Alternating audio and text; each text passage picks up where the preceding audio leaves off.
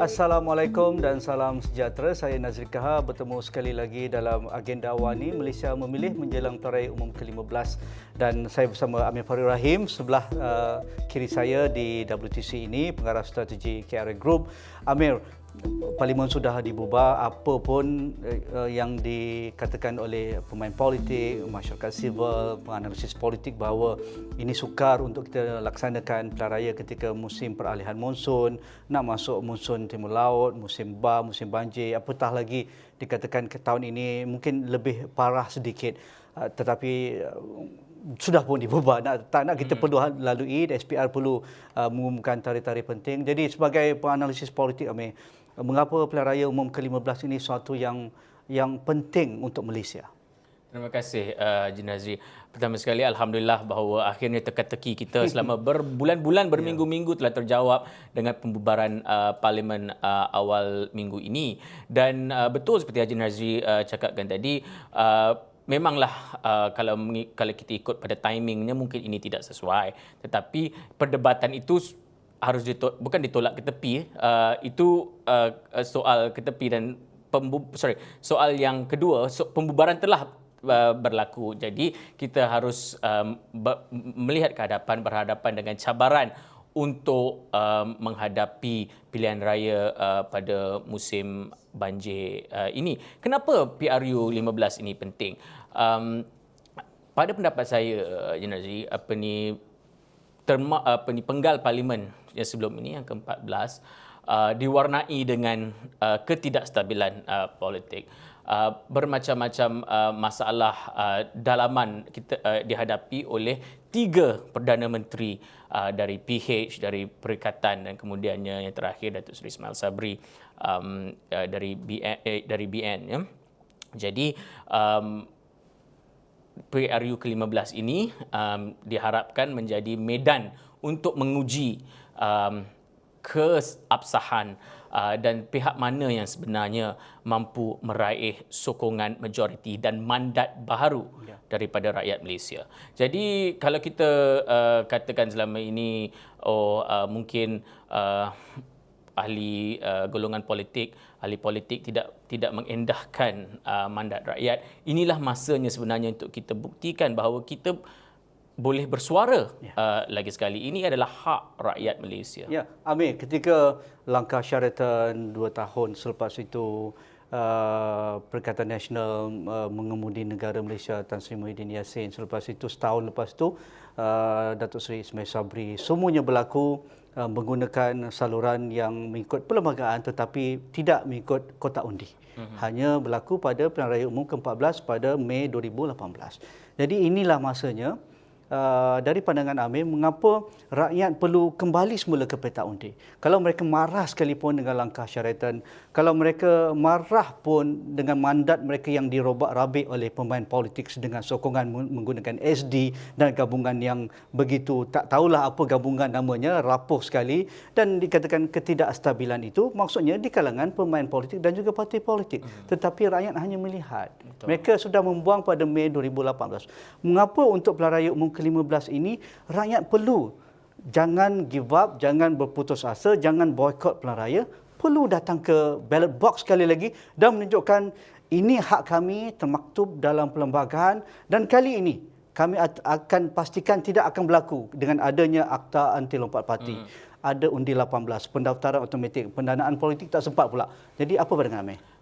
Ini memang masa yang paling sesuai, ya, kerana selama ini kalau nak marah kepada ahli golongan politik hanya boleh disuarakan di media sosial. Inilah masanya untuk benar-benar menyalurkan tenaga dan membuat keputusan yang bijak untuk bergerak ke hadapan. Walau bagaimana sekalipun keputusannya nanti, hak paling utama rakyat untuk memilih itu terlaksana. Jadi janganlah ada pihak yang mengatakan atau menidakkan hak rakyat ini untuk keluar dengan mengatakan Saya banyak dengar di sembang-sembang dan juga di Media grup-grup sosial. WhatsApp, media sosial sebagainya, kata tidak perlu buat apa nak buang undi kerana akhirnya mereka golongan politik itu berpakat sesama sendiri dan akan membentuk bagaimana kerajaan yang mereka mahukan. Ini perkara seperti ini seharusnya tidak menjadi pertimbangan rakyat dalam amalan sistem demokrasi. Inilah masanya rakyat menunjukkan kuasa dan menunaikan dan melunaskan tanggungjawab mereka mengikut perlembagaan negara. Jadi persepsi mengatakan bahawa berlakunya undi ketika musim banjir, musim tengkujuh ini semuanya akan menyusahkan rakyat. Bagaimana kita debunk faktor-faktor ini? Dan mengapa rakyat perlu sekurang-kurangnya kita proaktif dululah. Kalau apa pun berlaku pada hari mengundi itu kita akan bincangkan, kita akan uruskan. Ada peraih undi, ada jentera, SPR, ada pihak berkuasa, ada dan sebagainya. Semua pihak harus memainkan peranan untuk memastikan momentum semangat pilihan raya 15 ini betul-betul menyerlah. Walaupun kita faham negara masih dalam keadaan transisi dari pandemik ke endemik, jadi mungkin ada yang khawatir untuk keluar dan ramalan cuaca yang teruk juga mungkin menakutkan setengah pihak untuk keluar mengundi. Tetapi semua pihak harus memainkan peranan masing-masing.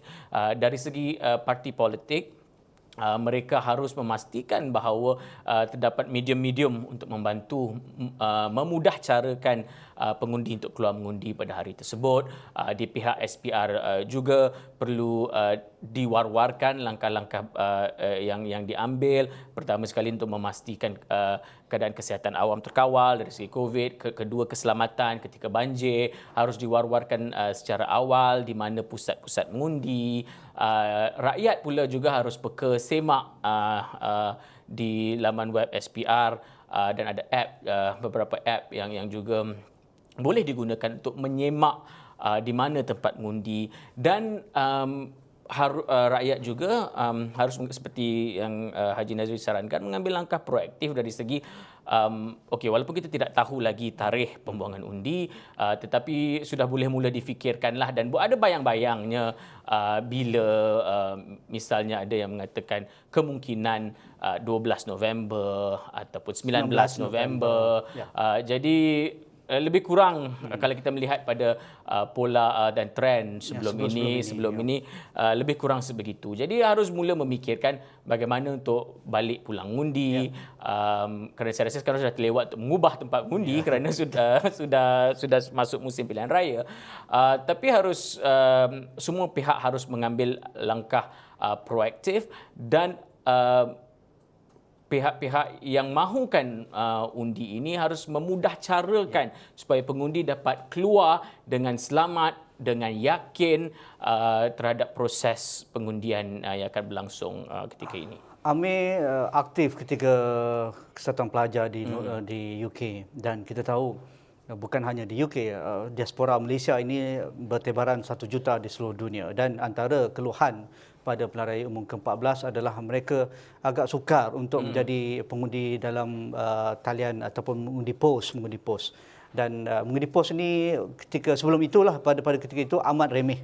Caranya pendaftaran dulu, disahkan dulu, lepas tu diposkan kertas undi. Kertas undi itu tak ada boleh print, mestinya original, tidak ada dalam talian dan sebagainya. Dah baru dipulangkan semula, ada yang tak sempat baca pun kerana masa kempen dah tak cukup dan hari mengundi. Begitu juga ketika pilihan raya negeri Johor yang lepas kata masih COVID, ramai rakyat Johor berada di Singapura, bersih undi 18, bergesa-gesalah pergi ke Singapura, mengajar rakyat Malaysia yang 200,000 tu hanya 5,000 je dapat. Itu pun tak sampai 5,000 yang diproses oleh SPR.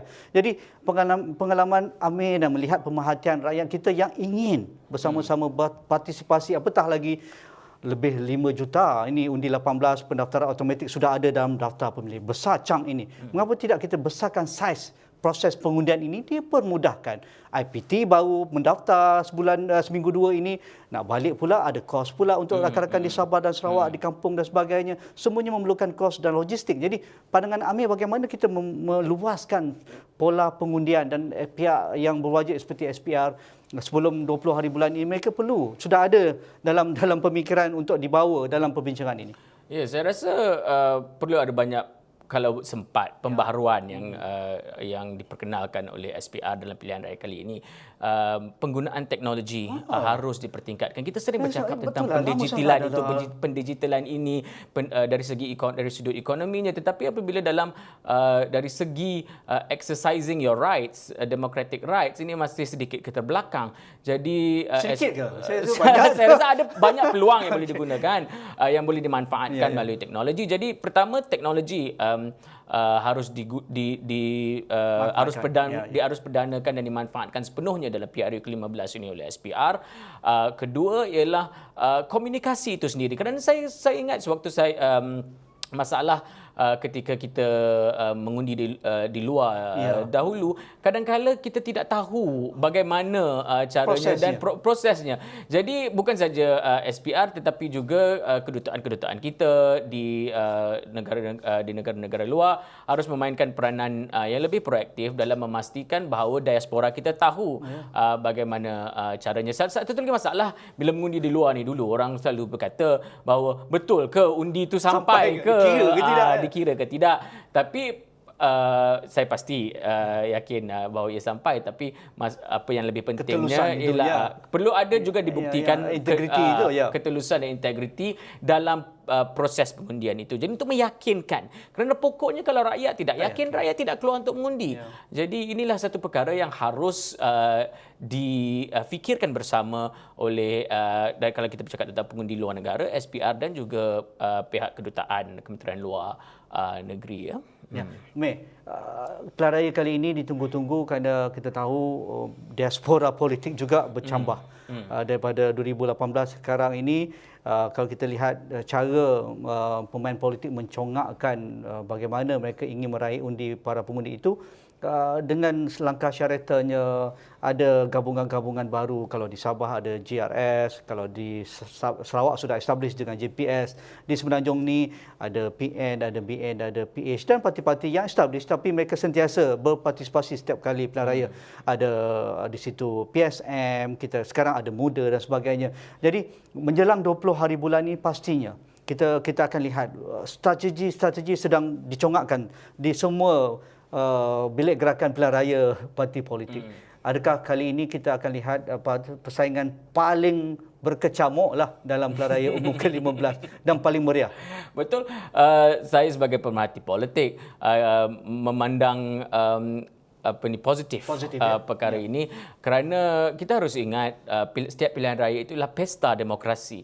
Jadi kita harus meraihkan parti-parti walaupun parti itu kecil.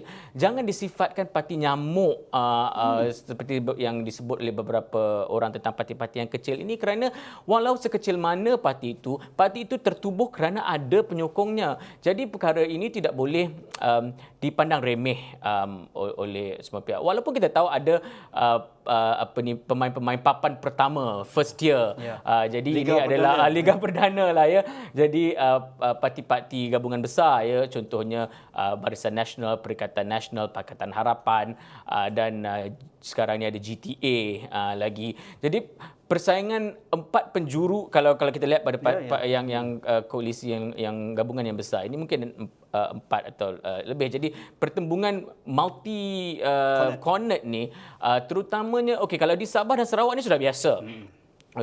Kita di Semenanjung sudah mula terbiasa sejak 2 cycle kebelakangan ini, tetapi di 165 lebih kurang kerusi di Semenanjung, 120 lebih adalah kerusi majoriti Melayu. Jadi di kerusi-kerusi inilah pertembungan multi-cornered ini saya rasa akan banyak dan juga sengit, kerana kalau kita lihat pada pokoknya gabungan seperti GTA itu very Malay centric, Perikatan Nasional pun Malay heavy walaupun it's a multiracial coalition, tetapi ya saya sendiri akan dalam 2-3 minggu ini mencerap dan memerhatikan dengan lebih dekat perkembangan yang kita rasakan akan agak sengit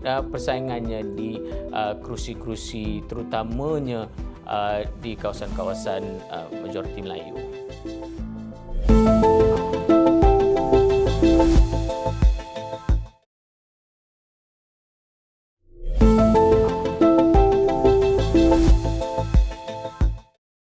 Dari pemerhatian dan cerapan Amir untuk melihat contestation selepas tarikh diumumkan oleh SPR tak lama lagi, pastinya kita melihat dari aspek polisi dan juga dasar.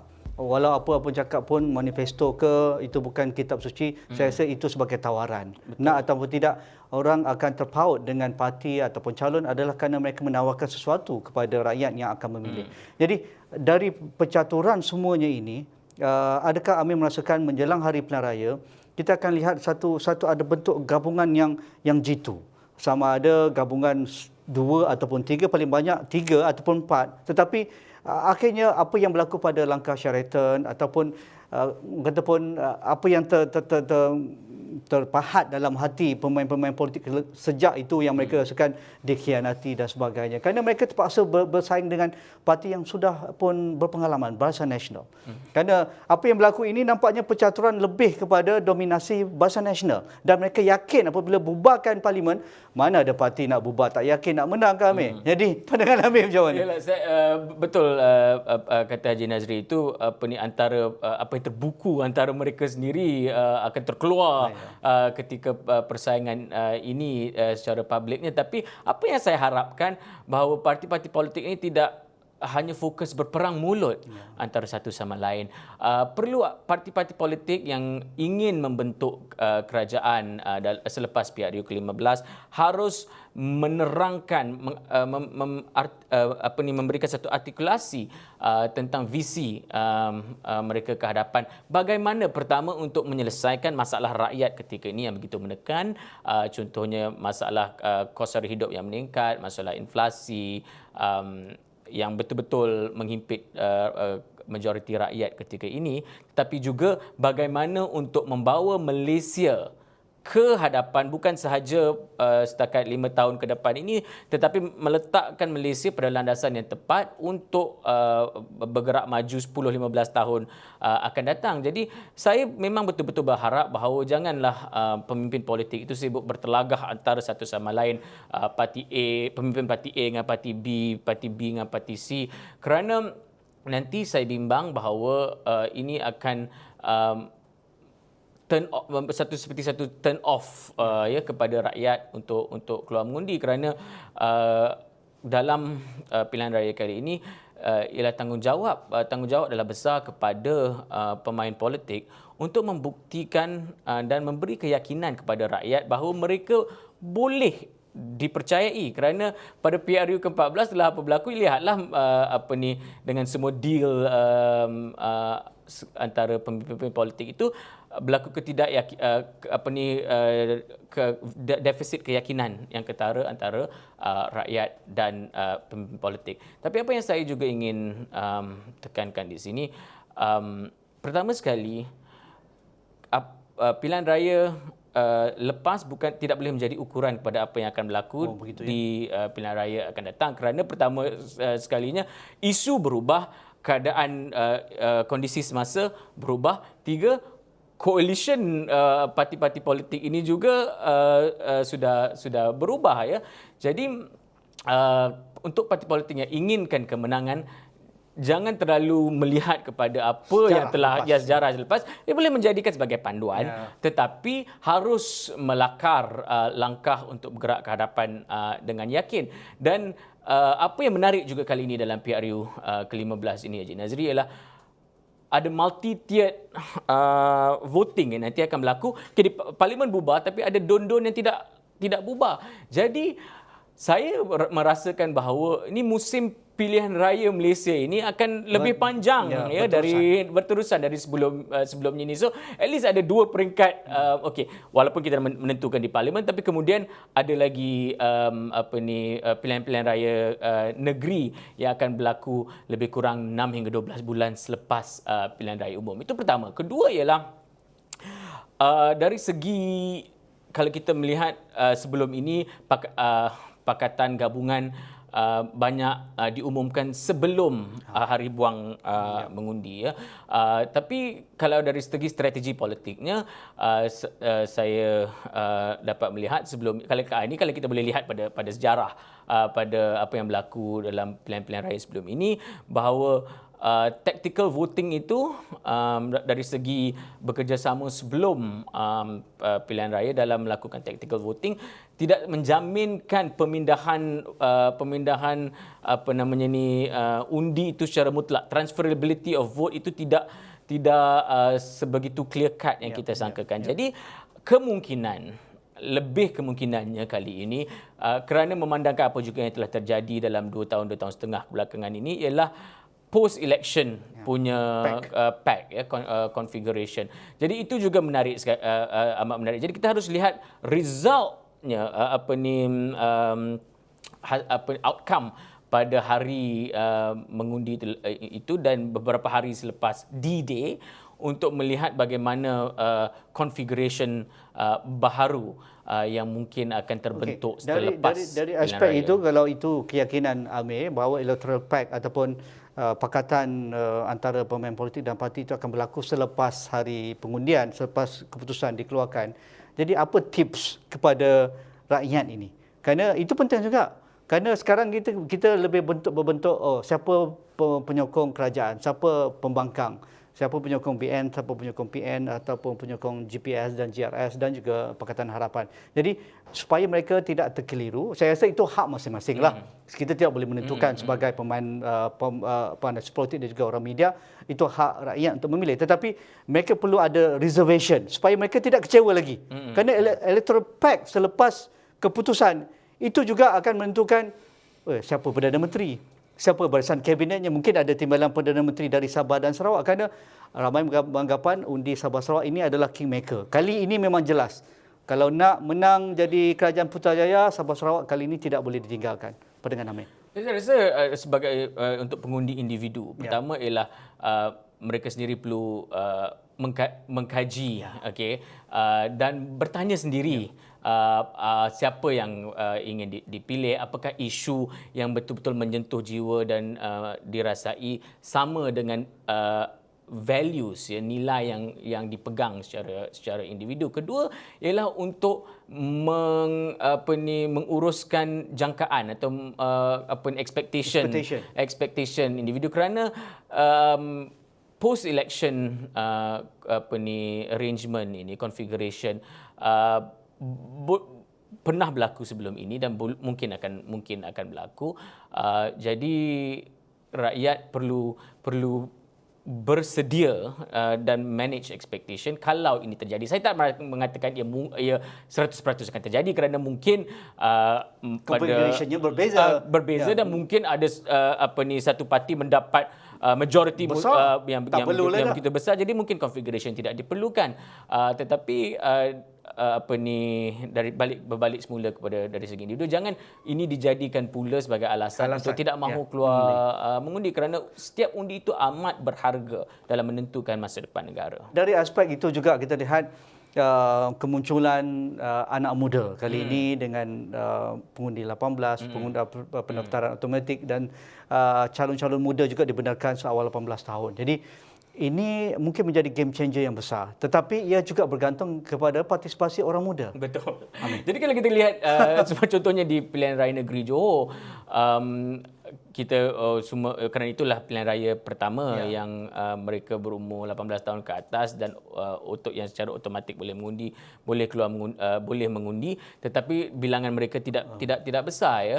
Jadi saya rasa tanggungjawab harus saya ingat saya suarakan sebelum itu bahawa tanggungjawab berada pada bukan saja parti politik tetapi juga untuk bagi pihak seperti SPR untuk memastikan okey walaupun sekarang sudah automatic registration sekarang, jadi ada 7.8 juta, 7 juta sekali, lebih pengundi pertama kali dan 4 Pengundi juta muda, 18. yang berusia 18 tahun ke 21 tahun ini. Jadi bilangannya besar dan mereka boleh merubah dinamika politik terutamanya di kawasan-kawasan marginal ya.